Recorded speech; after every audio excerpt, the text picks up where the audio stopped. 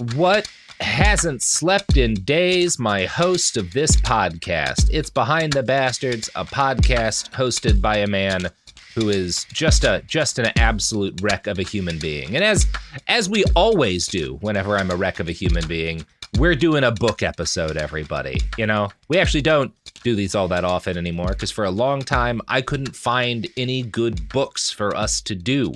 It's harder than you would expect, but yeah. The audience loves a books episode. It lets us get by with a little bit less research one week, and we don't have to do a rerun, so it keeps the new content flowing, and I know all you maniacs love that, but I finally found a fresh, you know, like in the movie Fury Road, how Immortan Joe lives in that citadel where there's all that water, you know, inside the big rock. I found the book equivalent of that, and to pour it, I'm just gonna splash it all over our guest today, Garrison Davis. Garrison, how are you doing?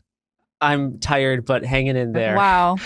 Yeah, this is the day after both the union negotiated its contract and Donald Trump got convicted of 34 felonies. It was a crazy day. It was quite a night for a lot of people. It was a crazy day in there. I also got to take some of our coworkers to Waffle House for the first time, so it was really just a whole bunch of W's, as they say. Yeah, this is actually now for the first time Donald Trump can truly have the Waffle House experience, which is eating at a Waffle House as a convicted felon. Wow.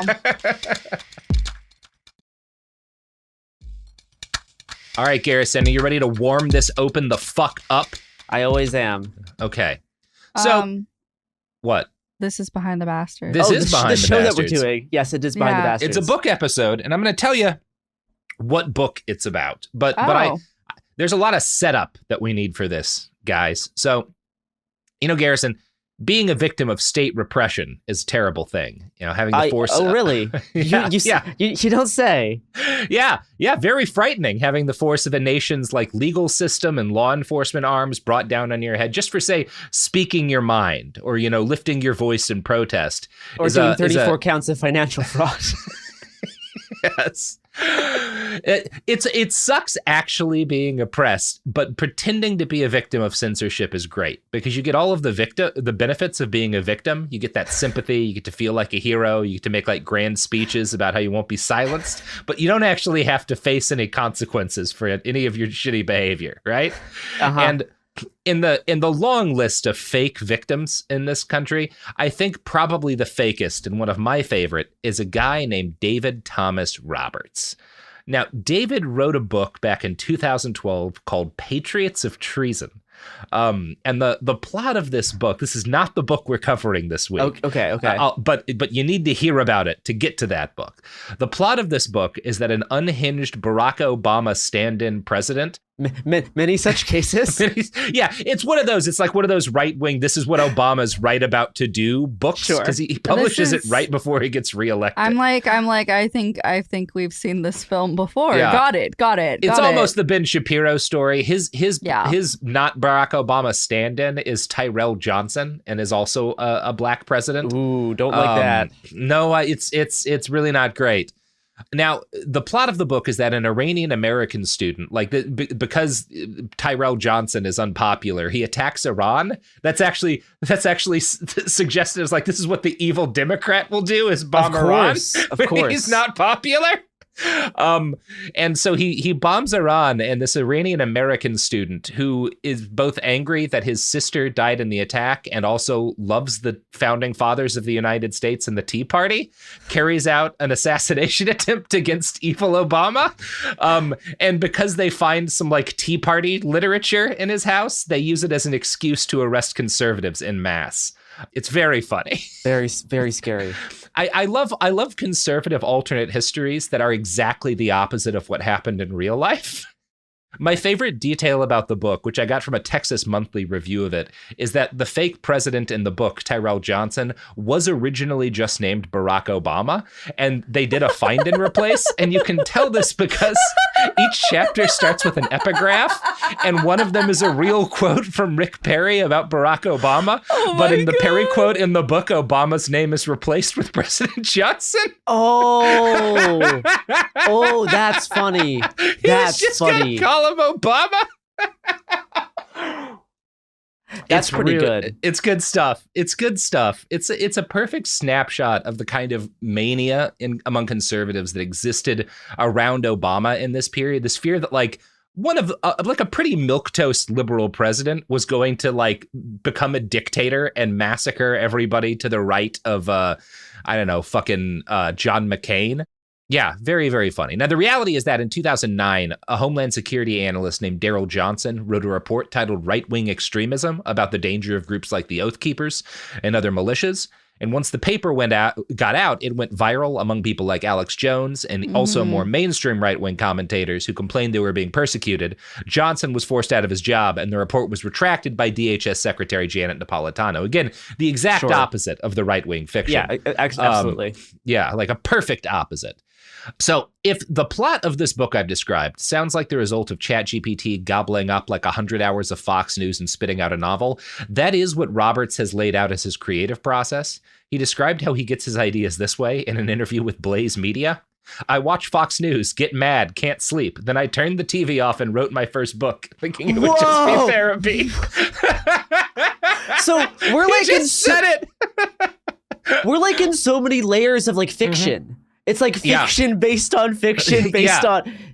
Whoa. Yeah, no, the guys in the fucking Plato's cave are writing stories about the shadows on the wall. About the shadows. Yeah. That's good. That's good. The publisher that he uses for this is like a vanity press, like one of those places where you pay at least some of what it costs to get your book published. And the fact that he had no trouble getting published through this press or starting his own vanity press, and the fact that he gets interviewed by like Texas Monthly as well as The Blaze, like does not seem to have done anything to convince this guy that he is not in fact oppressed. And he said this to Texas Monthly: "For a long time, the left was the champion of free speech. Look at the McCarthy era and the protesters in the 60s and the Vietnam era. But today, I think it's mostly the conservative voices that are silenced." Now, the specific act of persecution he claims to have endured is that his vanity publisher, aka Publishing, didn't display his book prominently at a 2012 event. And again, this is a vanity. This is not a real publisher. 2012. He's early. Yeah. Yeah. He's really on it. He's on the cusp of things. Yeah. And he's going to, because of this horrible cruelty of not being as prominently featured as he thinks he should have been at one of their events, he founds his own publishing company, Defiance Press. And I think these guys are going to be the host of a lot of our future book episodes, Garrison. Cool. I will look. I'm gonna stay clean. Yeah. I'm sure if I look into Defiance Press, I'll get too excited. So I'll keep myself in the dark, so it'll be more interesting when I get surprised. Yeah, you might. We'll see how surprised you are. There's at least one surprising title in here, but it is a vanity press. You have to pay some of the costs. They call it hybrid publishing, which is again just not a real publisher. You know, like it's a vanity press. It's a one step above like Amazon, like Kindle publishing or whatever. Yeah, they just Mad Men'd the title. Right. Yeah. Now their top titles, like the book Texit, makes the case for Texas secession, and it sold about 10,000 copies, which is like not bad for a real book. But you know, that's kind of the best any of their things do. Most of their products are nonfiction, but there are books. Well, Texas Monthly describes it as like books that stretch that definition with titles like Corona Fascism, Trump and the Resurrection of America, and Hunt It, Kill It, and Drag It Home, which is apparently a self-help book. So that all sounds like a lot of fun. Are they talking about like dating or like going like hunting for food? I think they're talking about how hunting for food is like a metaphor for how you should handle everything in life. Totally. That seems healthy. Yeah, like, you know, in relationships, just like in hunting, sometimes you have to smother your body in deer urine so that you smell like deer piss. I have been hearing this actually. I have been hearing. Yeah, I'm currently soaking a pack of Zins in a whole bunch of venison blood right now. Mm-hmm. Oh, there you go. Yeah. You'll like this. They have a young adult book called Looks Like a Cheetah to Me. That's apparently an anti-trans fairy tale. Of course. I'm sure that one's great. God, of course. Man. No, as soon as you said that, I'm like, okay, I can see what there is. They're like, How could we do attack helicopter but legally distinct? Yeah. Yeah. So that article in Texas Monthly on Defiance Press included so many different book summaries that I felt were perfect possible subjects for Behind the Bastards book episodes. And I want to read you a quote about one of them that we're not covering this week, but we may in the future, probably later in the year, from Texas Monthly. Chadwick Bicknell's 2022 novella, An American Carol, reimagines Ebenezer Scrooge as Alex Ledumas, a militant gay lefty who has sworn off attending a 4th of July party with his relatives because many of them support a Trumpian president. After visits from George Washington, the ghost of America's past, Marilyn Monroe, the ghost of bizarrely America's present, and death, which apparently is what the near future holds for us if we don't watch out, Ledumas realizes the right is more tolerant than the left, recognizes that the Trumpish commander-in-chief has actually made America great again, and is spiritually reborn as a docile gay Republican. That sounds amazing. Yeah, I think we're going to have to get into that one. That sounds... That could be on my top 10 list of this year, to be honest. Yeah. That is... Steppenwolf's been pretty good, but... Steppenwolf's a fine novel, but Hesse could never. Alex Ledumas. That's stunning. Now, there are a lot of hideous books these people have put out, but the one we're going to actually do in this episode, or maybe episodes, we'll see how it goes, is a little title named Blue Dawn. And the author, Blaine Lee Pardoe, is best known for, according to his wiki, his Battletech and Mech Warrior novels. Now, there's maybe some easy, cheap jokes I can make about it, but from my reading of his books, he's actually kind of competent technically as a writer. He's not Ben Shapiro. He knows, like, I wouldn't call him I don't think his book is good, but like his sentences are structured well, and his like chapters he understands like the flow that a book is supposed to have. Okay. As opposed to like a Ben Shapiro who like does not understand how you are actually supposed to like structure things happening in a chapter. Because he's a workman-like writer, right? He's like a guy who's got to put out genre fiction for a living. He also seems to have had some kind of real career as a military historian.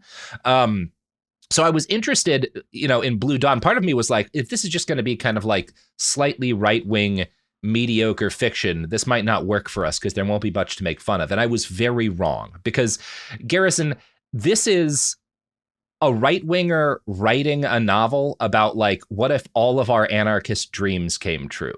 Like he is like envisioning an alternate modern day if like the Antifa from Fox News was real. And it's fascinating to see what he thinks was just about to happen in 2020, because there's a lot of courage that you have to write near future speculative science fiction, right? Totally. Like if it's really close. And he publishes this in July of 2021, and it opens with a fictionalized version of a coup in 2020, but it's a completely different coup than the one that we got. Okay, all right. Yeah, writing something that is like talking about like 2026 is oddly like harder than going to like 2052. Yes. You have a lot more like runway, and he doesn't give himself any runway. So this comes out months after an actual coup attempted by his people, and he's writing like the whole book opens with like the Antifa coup that takes the White House and the Capitol building. God, that'd be so cool. It's fascinating. I'm going to read you a summary of the book that I got on the Defiance Press website, and then we'll get into the actual text itself. Sounds good. Almost 5 years ago, America as everyone knew it came to an abrupt end in a spectacular coup d'etat. It was called the liberation by those progressives and radicals that screamed for its outcome, the fall by its victims whose freedoms were trampled. The White House and Capitol were overrun by anarchists, and the leaders of the once proud nation were either imprisoned or sent to social quarantine camps. The president was arrested and eventually died in prison, or so everyone was led to believe. America was rebooted in a new progressive socialist image. New America. The United States of old was gone, its history erased and rewritten, its icons destroyed. By the time people tried to organize resistance, it was too late. How is New America spelled? One word or two words? Yeah, it's one word, just New America. And everyone calls it that. Everyone calls it that without being like, that's the stupidest. It's been 5 years. Like, you're not getting everyone. Like, everyone buys into this entirely new Orwellian language, which like works in 1984 because it's been generations since the government got in place. They're talking like that, and it's literally been 5 years. I don't think New America is going to catch on. I'm going to be real. I think that Gavin Newsom should use that as his campaign slogan and ruin it for them. Yeah, thank you. Thank you. Don't give him ideas.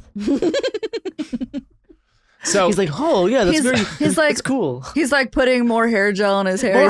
He's like, yeah. New America. That's the one. Yeah. They do, but Gavin Newsom allied with the fucking anarchists is exactly like the level of politics that this book is capable of. Yeah. I am ready to hear like what his version of like the utopian dystopia is. Absolutely. Yeah. Well, Garrison, we'll take that little journey together into New America. But first, let's take a journey into the products and services that support this podcast. And it's not Gavin Newsom's hair gel. We don't know that. We don't know what brand he uses. Ah, wow, Sophie, I'm back, and I am just feeling. I put a solid pound and a half of that Gavin Newsom hair gel, which, by the way, folks, it through my hair now. It's just horse semen, but it works incredibly. I'm sorry, Sophie. I'd already committed to making that bit before we started talking. It's okay. I laid it up for you. Mm-hmm. You gotta move past that LA hair gel, Sophie. Yeah, you gotta. They get it all from that cowboy ranch in the middle of the city. So it starts with a character, Jack Desmond, a Secret Service assistant Good chief. name. Good name. Jack. Yeah, so it's pretty, again, he's like a workman-like genre writer, perfectly fine protagonist name.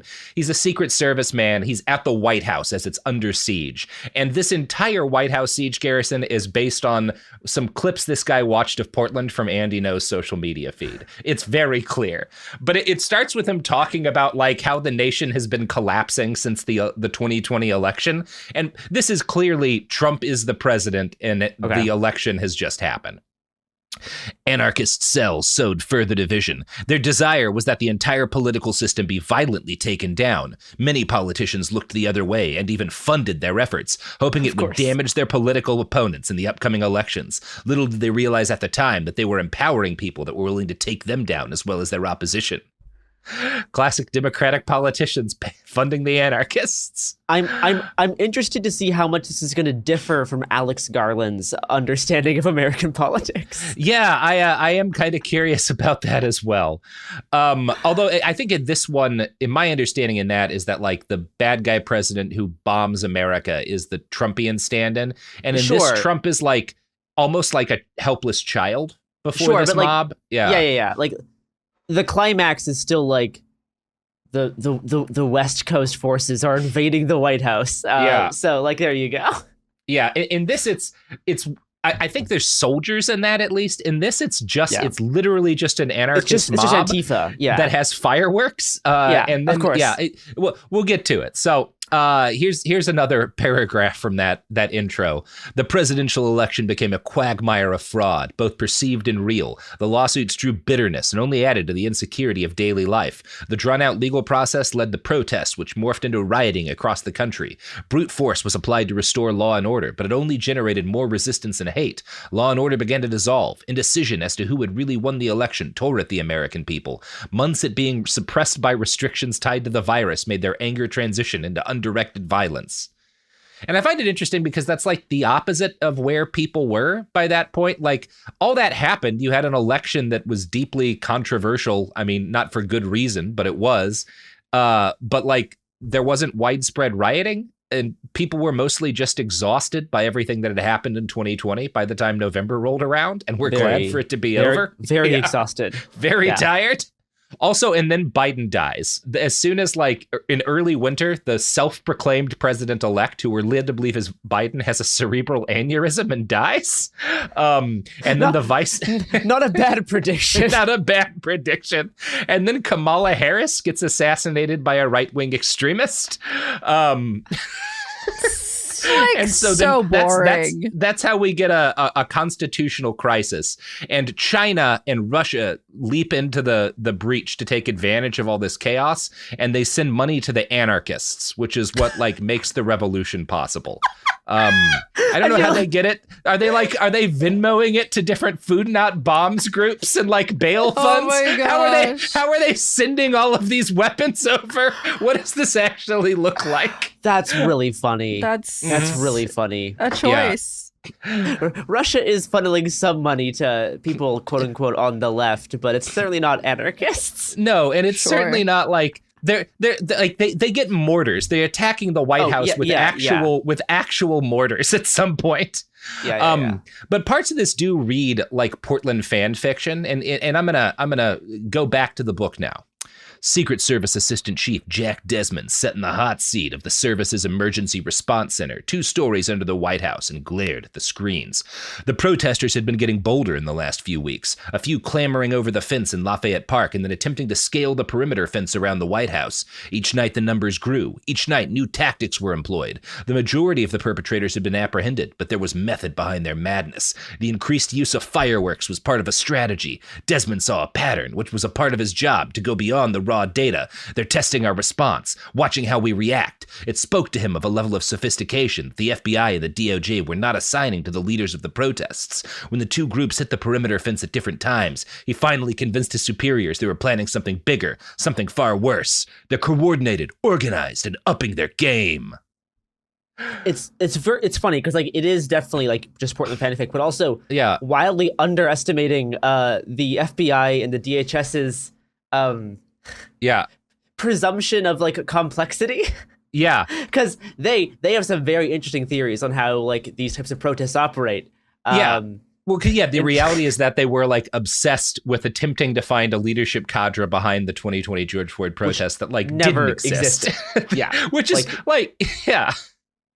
And on the same token, like when there was actually a siege at the Capitol building, they weren't ready at all because they had not in any way prepared for the one that actually came their way. This guy's kind of Fox News brainworms. You can tell he just kind of mainlined a raw diet of Andy No during the 2020 election. Here's his description of the White House surveillance system. There were cameras everywhere around the White House, on micro drones, some planted on the fence, some camouflaged as nothing more than Bolt's satellite surveillance, not to mention the agents that mingled with the protesters, decked out in all caps, Antifa black. Every single time he uses the word Antifa, it's in all caps. As if Antifa black is they've got their own special black. They licensed Vanta black from that one guy. That would be so cool. Mm-hmm. We just be like shadow people. And he talks about how like some of them took out cameras with paintball guns, which is a real thing that people do. Others have strobes to overload the night vision gear, and others used signs, large banners, and makeshift shields to conceal their nefarious activities. Yeah, this is just Portland. Yeah. What are you concealing with a shield, guys? They're concealing that they're trying not to get shot with rubber bullets. One of the things I find fascinating and kind of enlightening about this is that every time he talks about the crowd, he talks about it as if it's like a hive intelligence, like not like it's a group of actual people, but like it's some sort of like alien species where like the entire organization of people has a collective mind. So yeah, which isn't like wrong sometimes. It isn't wrong about how fear works. He is crediting them with like, again, you and I have been to these kind of things and seen how hard it is to get a group of thousands of people to take down one line of fence, right? No, absolutely. Like, it's in very brief moments, you'll see a group of like 50 people move as like a fluid cluster and do something really cool, and then it breaks out into like entropy. But if they do, they're wearing charcoal black, not Antifa. Yeah, black. we probably didn't have the right color of black in Portland, Garrison. Honestly, that may be it. Just like a charcoal or like a faded or, Definitely Charcoal not. black would be nice, actually. I agree. Yeah. It's great. Yeah. It's a great color. It's a great color. Yeah. So here's another great line. The rules of engagement for a massed assault were known, and he knew people would hesitate. Thoughts of mowing down American protesters on the front lawn of the White House was the kind of thing that got you hauled up to Capitol Hill. He had reviewed the rules carefully with the teams at the start of his shift. As he watched the screens, he saw that the crowd was monitoring his people on the rooftops and their assorted perches. The problem was that the crowd was willing to risk it. Fueled by hate and organized by, all caps, Antifa and other radical groups, they had gotten more sophisticated. It's the Antifa all caps for me, baby. Yeah. And then we get our actual Portland reference, Garrison. Okay. The arrest of several cells in Portland and New York had resulted in bombings and 2 assassination attempts on department heads, leaving 1 director in the hospital. This was beyond protests. This was now war, though the press played the entire thing down as minor incidents of violence and otherwise peaceful protests. Sure. Yeah. Again, it's this like, they did arrest a lot of people that they claimed were like leaders in Portland and elsewhere. And you know what didn't happen is any directors of federal agencies got murdered. No, unless I missed that in the news cycle. Yeah, I feel like they would have hit on that pretty hard. Yeah. I did want to, anytime one of these guys gives me something to drill in on, particularly in this, the press playing down incidents of violence at peaceful protests and stuff, I want to like dig into that as much as I can. And there's a couple of good articles on that by some scholars who have actually analyzed the way in which the media tends to cover social justice protests and what things they tend to highlight in their coverage. One of the first papers I found was by Danielle Brown and Summer Harlow in the Journal of Press and Politics, titled Protests, Media Coverage, and a Hierarchy of Social Struggle. This is what they write. Scholars across disciplines have scrutinized press coverage of collective action, exploring the institutional, organizational, and individual influences that shift the quality and quantity of coverage. Many different structural, organizational, and institutional features of media production and social disruption affect media coverage of social movements. However, most scholars have shown that the institutional logics of the mainstream media do not favor social movements, and only the most appealing or newsworthy features of a movement are likely to result in news coverage. Yep. And when we talk about like what are the most newsworthy features of a movement, that's like incidents of violence or anything that can be characterized as police car violence. that's on fire. Yeah, exactly. Like, yeah. That's the like if that happens, that's the only thing that's winding up in a lot of coverage on a protest. if a dumpster's on fire on day 1, it might get something. If a dumpster's on fire on day 25, no one cares. Yeah, it's become the norm. And Harlow also wrote an article for the Washington Post in 2021 where she summarized the data she's collected during years of research into how the media covers protests. Quote, my own research analyzed about 1,500 protest-related news stories published throughout 2014 in mainstream alternative, partisan, and online news publications. Articles about conservative protests, like protests opposed to immigration or LGBT rights, or protests supporting Trump and gun rights, are less likely to be negatively framed as riots than other types of protests. In contrast, Black Lives Matter protests are more likely to be framed as riots, as news coverage focuses more on violence, property damage, and confrontations with police. For example, a 2017 San Antonio Express News article about an anti-white supremacy protest, which was included in another study I did, started with a reference to brawls that broke out and the arrest of protesters who swarmed the sidewalk hurling insults and chanting. The aim of the protest was placed in quotation marks, white supremacy, which arguably delegitimizes protesters' grievances. And pretty normal stuff.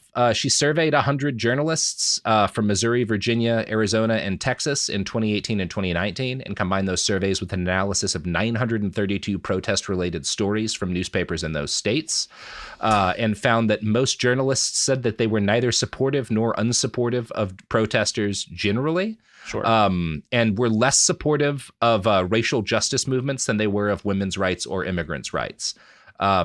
Which I found interesting. That is interesting. Yeah.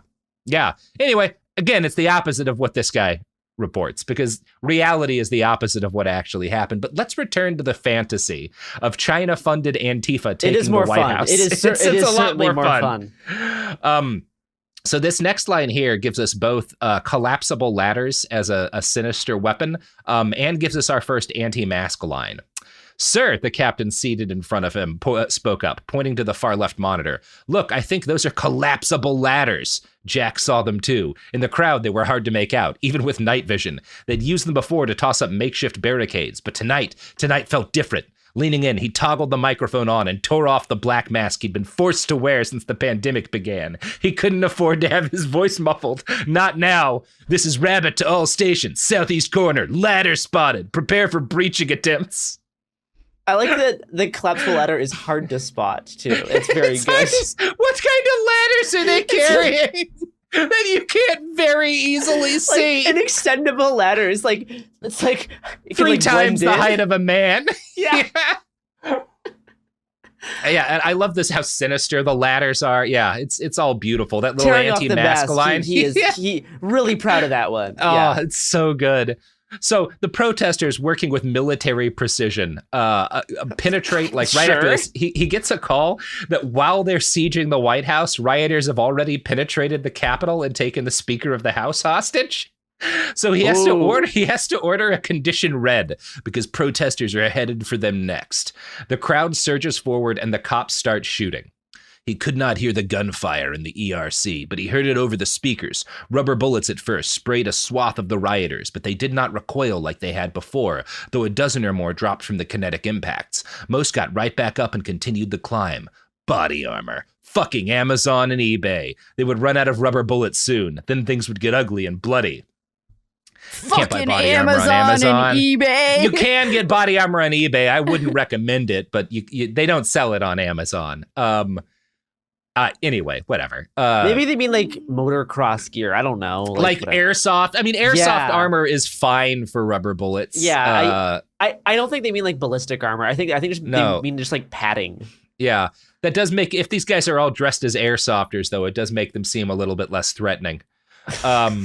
Now, it's unclear to me because he makes a big deal about how they're using fireworks at the start. There's a line here where he yells mortars because things start exploding. This is an Andy No thing. Andy No calls all fireworks mortars. Yes. So when they say mortars, they don't mean like actual military mortars. Well, they mean 4th of July fireworks. In this Garrison, it's both, because he starts by talking about fireworks and meaning mortars, and then he says mortars, and it becomes clear over the course of the fight that they are actually shooting real mortars at the White House. Okay. Presumably the Chinese gave it to them. Okay. But these are now that we are both getting like fear-mongered of like they're using fireworks to test the defenses, and now they have real mortars. Okay, all right. So that's where this goes. We now cut to a new character, Charlie, spelled just with an I, Kaczynski, who is a lady Secret Service person who works on the president's detail, and she busts in the Oval Office. This is, we presume, President Trump, and she's like, we got a real problem here. The Antifas are about to take the White House. Part of why this is very funny to me is that the first thing President Trump says is like, I can't leave. What about my family, my wife and son? And real President Trump absolutely would not be concerned with that in this situation. Absolutely not. He would leave them to die. Several shots hit the bulletproof glass of the Oval Office, snap cracking on the armored glass. The president rose as another explosion went off outside, throwing tiny bits of grass and dirt on the window. He moved to her side as 2 additional agents rushed in, flanking him. My family, my wife and son. So she promises to get his kids.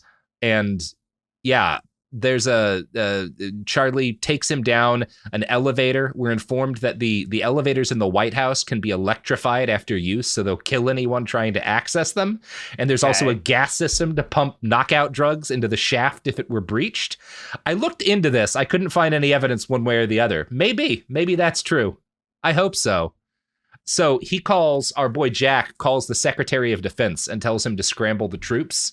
And the troops are under attack too. The military base, Joint Base Bowling, was just hit by 2 car bombs and is being shelled, and so is Andrews Air Force Base. So the Antifas have carried out on the same night overwhelming attacks against 2 military bases, the Capitol and the White House. And again, in the most impressive actions you and I saw, they were able to tear down a fence after like 5 hours. Briefly. After like 2 weeks of practice. Briefly. No, this is an unprecedented level of coordination. Yeah, this is. I'm really wondering what the signal loops are like for this Antifa. Those signal chats got to be going crazy. Yeah. Hey guys, we're bombing Joint Air Force Base Andrews. We're in the Pentagon. We are Alpha in the team. Pentagon. We've got the speaker. Yeah, it's really funny.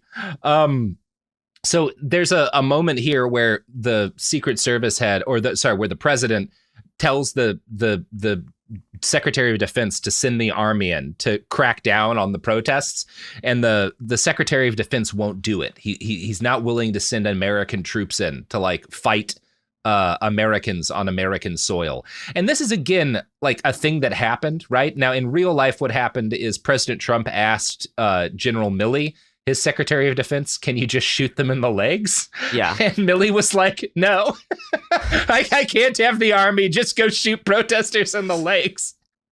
Anyway, I find that very funny. But, Garrison, what's not funny and what won't shoot you in the legs? Our lovely advertisers? They might shoot you in the legs. If it's the Washington State Highway Patrol again, they'll definitely shoot you in the legs. Well, yeah. Yeah. All right. So we'll come back, but first, here's some ads.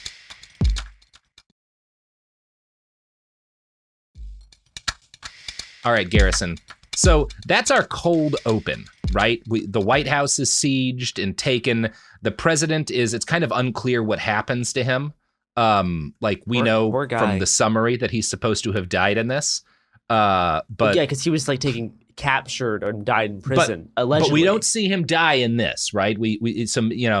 As a spoiler, he's not actually dead, Garrison. Of course not. Donald Trump is alive and living in secret 5 years I'm sure after. he's going to lead some resistance force, hopefully. Yeah. Oh, Garrison, you've predicted exactly where this book is going. Yeah, I mean, yeah, of course. So, chapter 1, it opens with a character named Andy Forrest, and Andy is in a cancer ward at a hospital watching his dad die. It's National Hospital 114 because all of the hospitals were in a sinister manner nationalized. So they're communist hospitals now. They're communist hospitals now. Yeah. Cool. And his father is classified as non-essential, non-contributing. So there's debate about whether or not his recovery is even worth it. And he's angry that he had to fight to get the treatment he got and it's still not working. And just like in Canada. Just like in Canada. I don't know, his experience sounds a lot like the hospital experience I just had with my dad that exists in our current system. But yeah, he's unhappy about it. And part of why he's unhappy is that his sister's here. And his sister is a sinister member of the new Antifa law enforcement agency, the Social Enforcement Agency. So, They have Garrison. They have Antifa cops? Garrison, they sure do. And they're literally Antifa mobs that follow people around and harass them if they're bad. That's funny. That's funny. So I'm going to read funny. you. So this is it. This is the description of his sister. Oh, first, actually, there's a line I need to read here about the hospitals. Andy wished he could afford private health care, but at the same time was glad he couldn't. If I made that kind of money, it just would have put a target on my back. In New America, making money was a curse. Is it? Because that doesn't actually make sense. Can you buy better healthcare with your money or not? Or is it a curse? Or is it a curse? I forgot about New America for a second. That he will not let you forget. Garrison, you're about to get so many different fucking acronyms and shit shoved in your face. Oh, I'm so thrilled for acronyms. I love me some fake 3-letter agencies. Are y'all ready for this? Anyway, okay. Here's a description of his sister. The woman wore her black shirt with red piping on her collar, showing her rank in social enforcement. Where the National Security Force, NSF, was a potent arm of the FedGov, social enforcement was a less controlled and thus more dangerous. Born out of the, all caps, Antifa and BLM mobs during the liberation, they acted as informal police, dispensing social justice as they saw fit.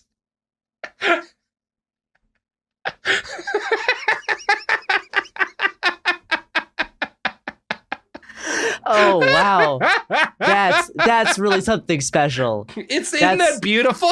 That's amazing. That's really nice. Yeah. I like the collar piping, classy, nice. It's good to know that we still have style when the Antifa mobs are made part of the government. NSF has like a good ring to it. Yeah. Yeah, that's like no, dispensing social justice is just deeply funny. It's extremely funny. Her name is Karen. And the first thing he notices about her is that she's put on weight since the last time he saw her. Cool. Because, of course. Cool insult, my guy. Yeah. So they have a fight. He says it's because she and her social justice goons got their dad fired from his job. Quote, because of the SEs, he lost his house, our mom, almost everything he had, and his reputation because of the investigation. The police are just like cancel culture. The police, that's literally what they are. They took his mom from him. Oh, fuck. It's so funny. So she's like, no, he was our dad did a bad thing. He supported a domestic terrorist group, and he didn't change his class curriculum to the standard. The man was a professor at Sojourner Truth U and refused to adhere to the rules. So Andy gets angry first because Sojourner Truth University is supposed to be Mary Washington University, but all of the schools with Washington in the name got purged during the Great Reformation. Nice. And again, Cool, it's like, bro. I think Sojourner Truth deserves a university more than Mary Washington.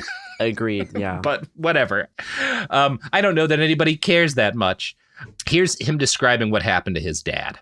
His father had been a respected historian, but the NSF had ruined him. Surely Sojourner Truth would have been opposed to that. They had sent social enforcement teams to follow him everywhere, harassing him to the point where he couldn't get to his classroom. They broke windows at the house, set fire to his car, and relentlessly followed him, screaming and shoving, to the point where businesses wouldn't allow him in. Everything he typed was monitored, screened, and often edited. Big tech monitored every keystroke he made, or so he claimed. This is the retributive justice blueprint. This is what we need to get. It's so... Big tech and Antifa mobs hand in hand. Yeah, big tech working, like perfectly with random mobs of people breaking windows. Sending in keystroke loggers to gangs of... Mark Zuckerberg just can't wait to partner with an Antifa mob. Oh, he would love this. He would love this, definitely. This has been his dream since the beginning. Andy's sister was part of the Social Enforcers, or SE, a part of what the FedGov called the Great Reformation. Again, he's already introduced all these concepts before, and now we're getting the info dump on them, which is a little sloppy. That's what we An call good editor writing, would have Robert. called this. Yeah. No, that's what we call solid writing. That's called world building, Robert. The overthrow of the government was called the Liberation by almost everyone out loud. In whispers, however, it was called the Fall. Karen had consumed the Kool-Aid of the riots. It was Yes. So yeah, he'd gotten fired by the school, who didn't even care that he'd done nothing wrong. And then came the NSF interrogators. Separate from the SE, they were just as bad, if not worse, because they had a fragment of legitimacy the social enforcers lacked. The NSF claimed he knew radicals and that he had incriminating materials in his possession. Materials that were never produced, only alleged. They allowed him to be hauled before two people's tribunals, the kangaroo courts of the SEs, with no evidence, and he lost 2 years of his life, exiled to a social quarantine camp. Denied his freedoms, he had come back from social quarantine a hollow shell of a human being. In the end, Karen had done nothing for her father, other than attempt to persuade him to provide the names of his associates. She'd been in social enforcement and could have vouched for him, perhaps called off their dogs. Instead, she let their father die emotionally. Now the cancer was doing the rest. And Andy reveals that the terrorist group he was charged of being a member of was the Republican Party. Oh my God, that's funny. And Karen's like, no, he actually had ties to another group called the Sons of Liberty. And Andy's an actual terrorist group. And Andy's like, well, when did it become illegal to support a cause? Well, Andy, you've just been inconsistent there. Was your dad just a member of the Republican Party, or was he a member of this terrorist group? But it's fine. Anyway, Karen and Andy continue to argue. He calls them a bunch of thugs who go out to administer, self-described justice to innocent people. And Of Karen course. says, we don't go after innocent people. Innocent people have nothing to fear. Yada, yada, yada. It's mostly the rest of their argument is there's some good world building when we get to the end of this chapter here. This is just like a boomer writing his own scary enemy and then getting scared himself. Yeah. Yeah. Where Karen saw him as flawed, Andy saw him as a man who honored his friends. The mention of their mother hit hard. When their father had lost his job and was tormented nonstop by the social enforcers, she had left him. His mother lived under a cloud of fear that she would be attacked while stepping out to get groceries.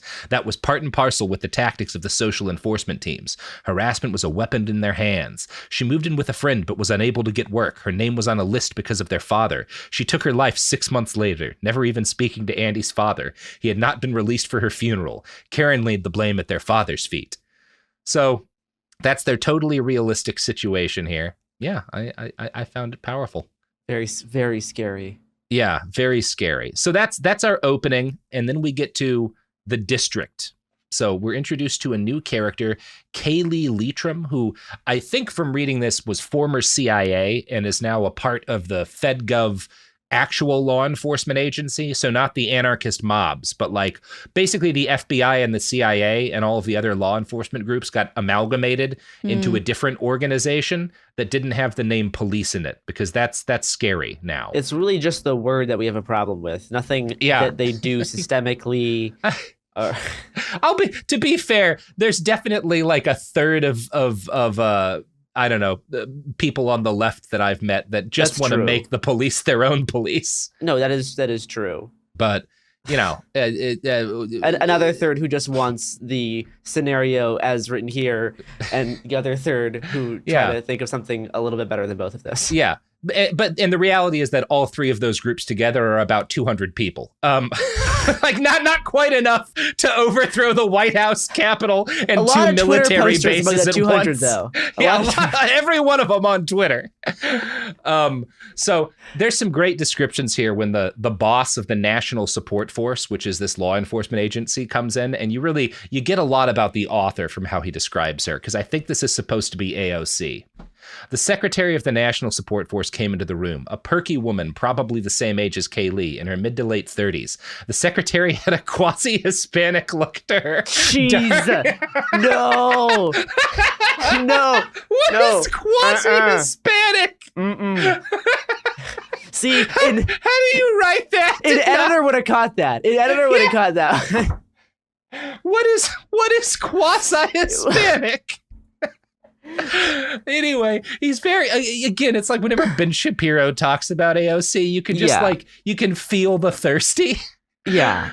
The secretary had a quasi-Hispanic look to her. Dark skin, pristine, long, straight hair, and almost perfect makeup. She wore the single gold pip on the collar of her jacket that signaled her rank. Other than that, she wore a small black flag pin adorned with a white outlined fist and arrow lightning bolt stabbing downward. The old flag had long been banned, deemed far too racist and prejudiced to ever be shown in public. Nice. Based. Wow. I like that also they have like Star Trek uniforms with like pips on them now. They That's get cool. little pips. That's good moves. It seems like the new government's making some solid choices. I like that they like add in details that they're like, by the way, she's hot. Hair, luscious. Makeup, almost perfect. Almost perfect. She fucked up one bit of it. They're like, one eyelash out of place. XOXO. Yeah. Weird. Yeah. So, she gets into some sort of bullshit argument with the secretary lady who is like, have you been briefed as to why you were brought here? And Kaylee, we can tell, is like the bad girl who doesn't play by the rules but gets results. So the secretary asks, have you been briefed as to why you were brought here? And Kaylee responds, no, I presume it's because somebody fucked something up and you need me to unfuck it. Watch your language, Kaylee, her direct supervisor, Burke Dorn, said from his seat next to her. Dorn was the oldest man in the room and had been FBI back in the day. When they formed the National Support Force, the FBI, DHS, state and local law enforcement had all been combined. The word police had been dropped because it had been deemed offensive and potentially racist. And I do love that all of these old FBI guys and shit are still cops. They just had to call themselves something different. No, it shows it is a weird, like, fundamental misunderstanding of everything. Yeah. It's very funny that, like, it is basically the same guys. It's just AOC is in charge of the CIA now. Finally, the leftist revolution has accomplished its goal. So they're all concerned because the Sons of Liberty are back. They had thought that they killed all these guys. Kaylee was like, I buried the bodies myself. We took them out. But they're of AOC buried the bodies. No. Kaylee, who's our I think our self-insert girl character. Yes, from the author. So we thought, but there have been some recent acts, bombings, cyber swipes, and an assassination or two. We had our friends in Silicon Valley crunch it, and they say there's a pattern.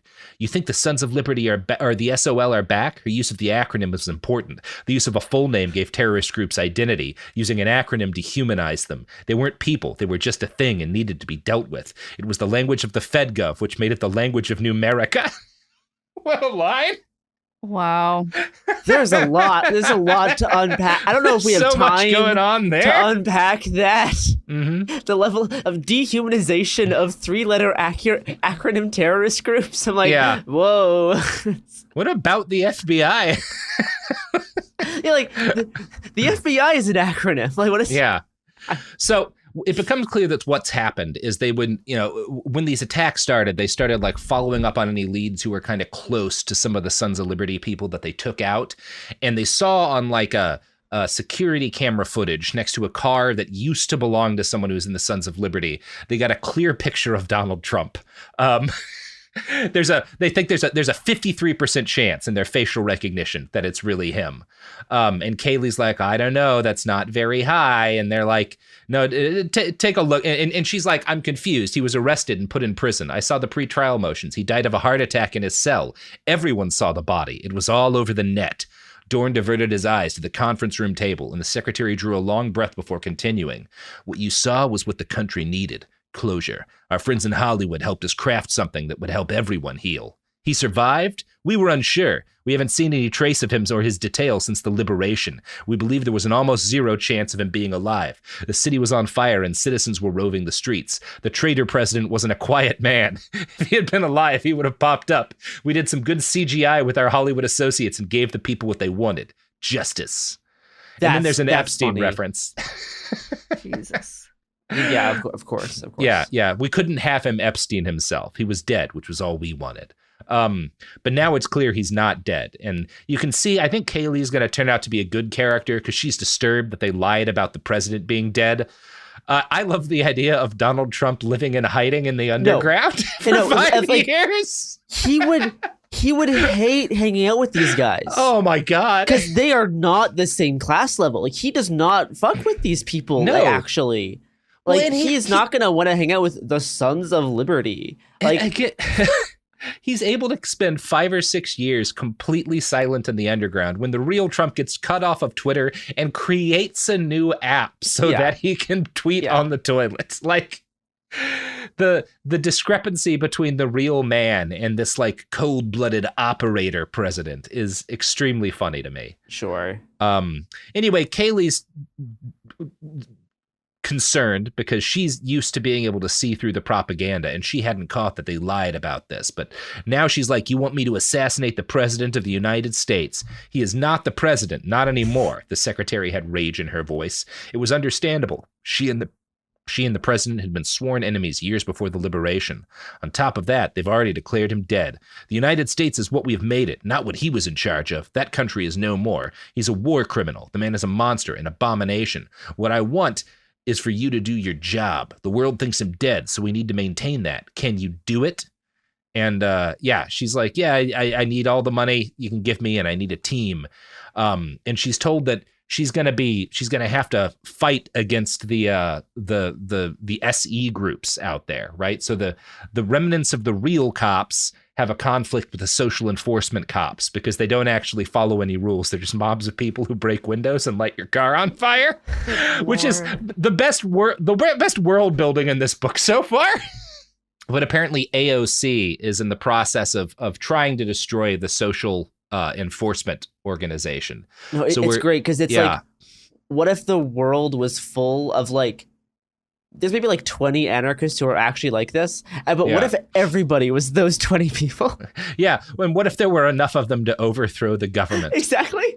Yeah. And they just like keep going afterwards too. They just can't stop breaking windows. Yeah. And we get a little inside AOC's mind here. 6 years ago, I was an outspoken junior congresswoman, a radical in my own party. Now I control the most powerful agency in the FedGov. So Sure. yeah, she pushed through the Restore Civil Liberties Act, which rolled all of the different police agencies together. So that's fun. And yeah, there's like a line about how they had to fire a few thousand cops to make this new cop agency that's all the cop agencies, and that's a small price to pay to restore public confidence. Now the Numerican people can feel a sense of confidence in their law enforcement. Even in her own head, it's Numerica.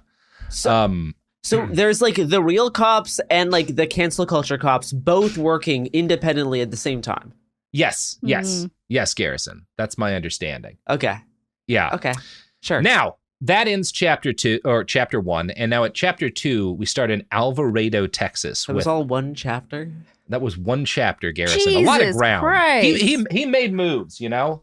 We're almost done with this episode, but I want to introduce you to Raul Lopez, he's 18 years old, and he's trying to decide, should he join the youth corps? No. Most of his fellow high school graduates stood in line for reparation points and stimulus relief rather than to land jobs. The TV news said Numerica was prospering, but he never saw it. Many businesses had been damaged by the riots and closed up forever, and others had simply left, their buildings gutted for copper wire and plumbing.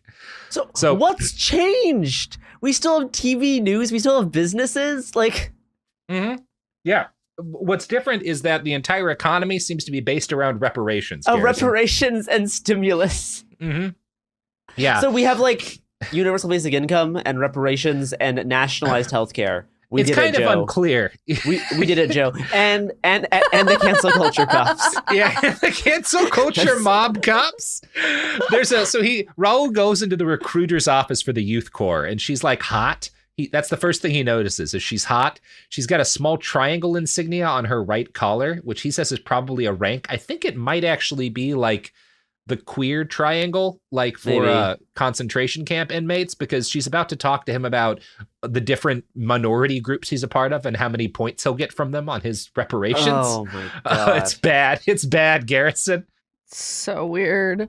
Also, this is a personal pet peeve, but he describes the electronic device she's using as a digipad, and like, just call it an iPad, man. You wrote this in 2021. It's set in 2025. They didn't invent a new set of tablets. Just give her an iPad. Like, it's fine. Just say tablet. Like, this is tablet, right? This is so like digipad is so digipad. Boomer-coded. Come on, so man. Boomer-coded. Come on, man. Like, we have tablets. So Raul was the first person in his family to graduate high school, and his mom, wanted him to go to college. Raul had tried to explain to his mother that his grades had been low, that jumping straight into college was not really an option.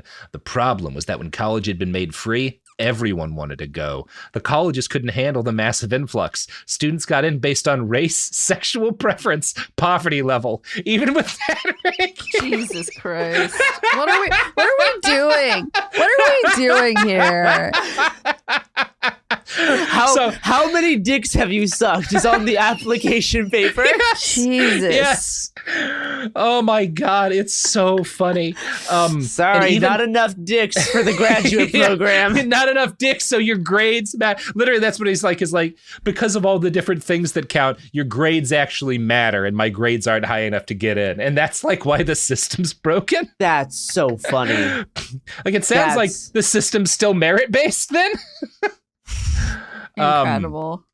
Yeah, it's very funny. So this lady is like, no, you could go to college if you do 2 years in the youth corps. You get into any school that you want, right? And there's even classes in the evenings to help you prepare for school, and those grades can boost your high school grades retroactively, so you can get into better colleges. It actually sounds like the youth corps is a great deal, Garrison. That sounds like a pretty good deal. You honestly. get paid, you get free room and board, on the job training, free admission to any college you want. That's not a bad deal. Yeah. Sounds great. So he asks, does it pay? And she tells him, we pay off the freedom scale. It isn't a lot, but we're providing you room, board, and training. You'd be ranked by reparation points. You are Hispanic, so that would give you some points, but being male will hold you back for points based on sex. By any chance, are you gay, transgender, or part of an oppressed religion? See, I'm fine with them giving cis men less points, to be honest. I'm like, that's exactly what she says. She I'm tells like- Raul, you'll still make more than a privileged white man. There you go. There you go. You're still on the team, buddy. And Raul asks, even if we did the same work? Of course, the recruiter said with a Of smile. course! The scale ranks people by their oppressed status. The more oppressed you are, the more you're compensated. It's based on the reparations scale used for monthly checks. It's all designed to make things fair. See, this is so Fox News brain. Like, there's It's so Fox News brain. such a high number of people who genuinely believe like this is what like the Democrats want to do and have already done for colleges. Like people think this is already what is happening. Like this is DEI. This is like it's really funny. And it's like he's like, what prevents somebody from just lying about being gay to get more money? But he also doesn't do that, which is kind of like subtly working against the author's point. Anyway, I think this is a good place to end for now. We've seen our vision of the terrifying Antifa utopia, Garrison. I think it's interesting to see this actually laid out by somebody who's like a baseline level of competent at writing. So you can really actually see what they think is going to happen or what they think the Democrats want. Fascinating stuff. I do wonder what my oppression level would be. Like, how much do I make? Yeah. I would love to try to quantify this, honestly, but maybe that's for another time. Yeah, maybe that's for another time. Well, Garrison, you know what's not for another time?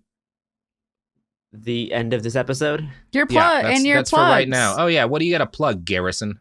I don't know. There's probably some It Could Happen Here episode on some terrible thing that's happened that I put out recently, so go check out It Could Happen Here. Sometimes we talk about good things too, so you never know. It's always a gamble. And then you can find me on X, the place to go to see what's happening at Hungry Bowtie. Yeah, that's where Garrison will be whipping up his social enforcement mob. I'll try. Yeah. Garrett, it was really uncomfortable hearing you call it X. I was like, what are you talking about? Thank you. All right, everybody. We did it. It's fucking over. It's Bye. done. Behind the Bastards is a production of Cool Zone Media. For more from Cool Zone Media, visit our website, coolzonemedia.com, or check us out on the iHeartRadio app, Apple Podcasts, or wherever you get your podcasts.